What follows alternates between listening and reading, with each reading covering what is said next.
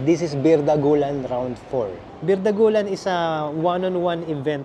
Pinaglalaban nila yung mga pinakamaliliit o yung mga nagsisimula pa lang na craft beers. Today, ang magkalaban ay Barrio Sambat versus Happy Side.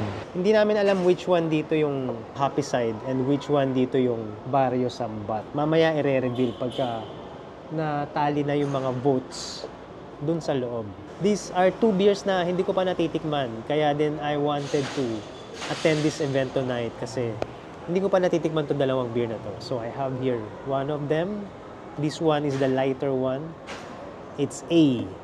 And then the other one is slightly darker. This is B. Ang classification na pinaglalabanan natin ngayon is wheat beer.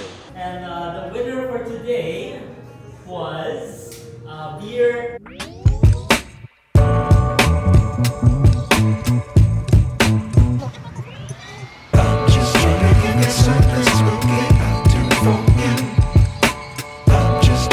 I'm here with Mr. James Aaron of Happy Side. So, sabi mo kanina, taga Baler? Baler. You're based in Baler. The brewery is in Baler. How long have you been brewing this beer? Started back in 2020. Actually, matagal ko na nakikita sa Facebook or sa Instagram si Happy Side, but I don't often see you sa mga craft beer events dito sa Metro Manila. Kaya dinayo ko talaga when I saw yung dalawang naglalaban, it's Barrio Sambat at saka Happy Side. Hey guys, if you are around Baler, you can visit our brewery at Wahana Caving. So it's a cafe and bar. And please follow us on IG and Facebook. Alright, Happy Side Beer. Pag napunta ako sa Baler, sigurado dadaanin ko yan.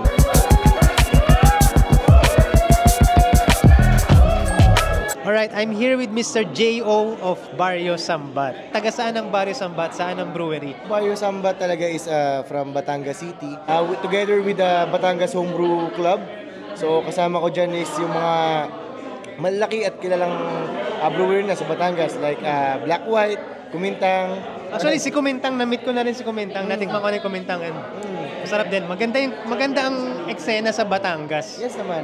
Yun nga, sa Barrio Sambat kasi, ang tagline namin is to elevate your beer experience. Okay. Sir, saan galing yung word na sambat? Ano ibig sabihin ng sambat? Isang barangay sa Batangas City is Kumintang, where we live, where the brewery is located. So yun, old name niya is Sambat. So yun, Barrio Sambat. Ang ganda. Ang ganda ng mga origin story ng mga Pinoy craft beers. Actually, that's what I love about Pinoy craft beers. It's very localized. Diba? Yung kultura. Diba? Yung culture na kung saan nyo binubrew yung mga beers nyo, talagang nakakabit dun sa brew, sa experience ng paggawa ng beer at saka ng pag-inom ng beer mismo. Meron ba kayo, sir, Instagram or Facebook or ano ba, kung saan mabibili? Please like and follow Barrio Sambat sa Facebook and sa IG naman. So, yun, dyan lang ako. Then also, available ang beers ko sa Craft Beer Sanctuaries, Tagaytay. Yes. Also sa Lipa Barrick Tap Brew sa Lipa City. And also here at Three Line Ales sa QC, Robinson, Magnolia. One of this is Barrio Sambat and one of this is Happy Side, dalawang homebrew. Okay, so tingnan na natin. I also have here my wife, Elizabeth. Magja-judge din siya. This is B, this is A. A, B.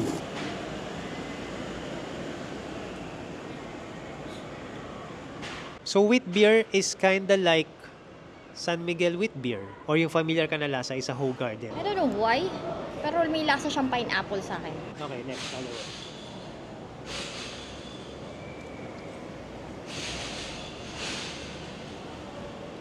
What do you think of the other one? That's B. It's fruity, but I don't know kung ano yung fruit. Mas mapait siya compared to the other one. Okay, so I'll give you a moment. Mamaya ka na bumoto. Sige, so ako naman ang titikim. Siyempre, unahin ko tong A. Oh, unang-una, ang bango niya. May pagka-pineapple nga. Amoy pa lang.